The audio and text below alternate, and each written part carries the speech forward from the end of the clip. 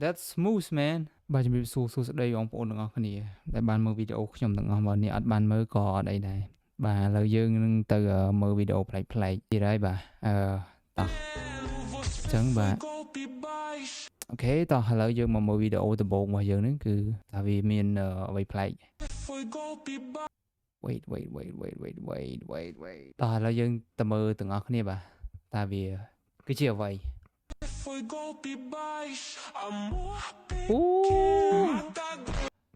That's smooth man បើធម្មតាយើងអាចនឹងគ្រោះថ្នាក់តែបរិះម្នាក់នេះគឺសង្ហាមែនតើបាទអូខេមើលម្ដងទៀត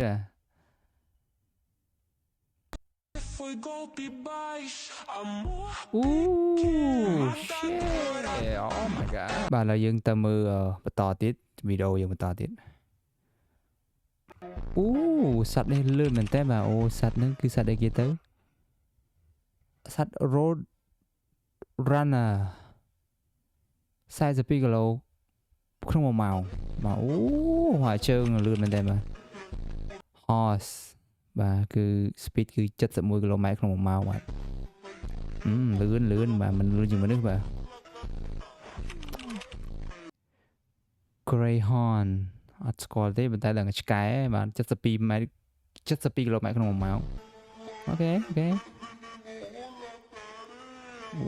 លឿន Jesus សត្វអ្វីត្រីអីគេ sailfish 110គីឡូម៉ែត្រក្នុង1ម៉ោងអូខេcheetah 120គីឡូម៉ែត្រក្នុង1ម៉ោង right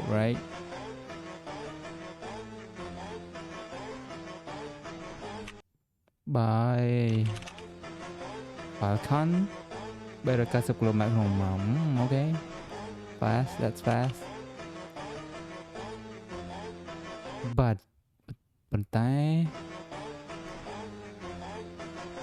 អីទៅសំជើយមែន this man អូខេនឹងកំ pl យើងអត់អីយើងទៅរកអីផ្សេងមួយទៀតអូខេតោះឥឡូវយើងទៅមើលវីដេអូយើងបន្តទៀតសិនបាទ India បាទយើងនឹង expected something from India បាទគឺបង្កើតជាព្រួយមកហើយបាទគឺចាក់ភ្ជុងកទាំងអស់គ្នាបាទបាទគ្រប់មនុស្សបាទ